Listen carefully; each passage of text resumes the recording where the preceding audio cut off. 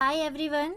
अगर आप झारखंड में होने वाले जेटेट या किसी भी टीसी एग्जाम की तैयारी कर रहे हैं जिसमें सीडीपी का कंसेप्ट पूछा जाता है तो welcome back to my channel, जहां बहुत ही कम समय में अपना रिवीजन कर सकते हैं। आज का टॉपिक है हमारा जीन पियाजे कॉग्निटिव डेवलपमेंट थ्योरी से लेकर के, जिसका पार्ट 1 मैंने आप लोगों को बता दिया हुआ है। पार्ट 1 में मैं आपको बता चुकी थी एसिमिलेशन और एकोमोडेशन के बारे में। आज मैं आपको बताऊंगी स्कीमा और इक्विलिब्रियम के बारे में।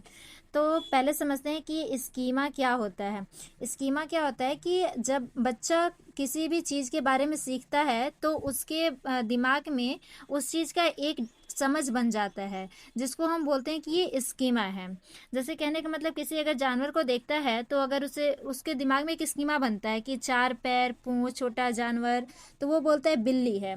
तो ये क्या है कि कई बार खरगोश देखा तो भी उसे बिल्ली कह सकता है। क्यों? ऐसा इसलिए होता है क्योंकि उसका स्कीमा जो है वो अभी तक विकसित नहीं हुआ है। यानी कि स्कीमा का मतलब हो गया कि बच्चे के दिमाग में बना हुआ एक ज्ञान का ढांचा होता है।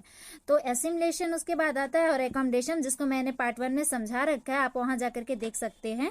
अब नेक्स्ट आते हैं हम इक्विलिब्रियम में। इक्विलिब्रियम में क्या होता है कि जब दिमाग संतुलित स्थिति में आ जाता है और समझ आपकी साफ हो जाती है तो वो इक्विलिब्रियम की स्थिति होती है। जैसे बच्चा सोचता है कि 4 पैर वाला कुत्ता, उससे बताया गया कि गाय अलग है, कुत्ता अलग है, तो उसकी समझ क्या हो गई, वो साफ हो गई। तो यही जो है वो इक्विलिब्रियम है। अब आप इस पूरे प्रोसेस को यहाँ पे पूरे समझ सकते हैं।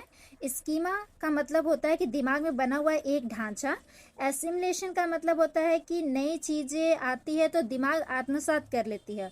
और एकोमोडेशन मतलब अपना ढांचा जो है वो स्कीमा को वो समायोजित करता है। और जब ये सब चीज हो जाती है तो यानी कि इक्विलिब्रियम आता है, यानी कि दिमाग में क्या हो जाता है, संतुलन हो जाता है।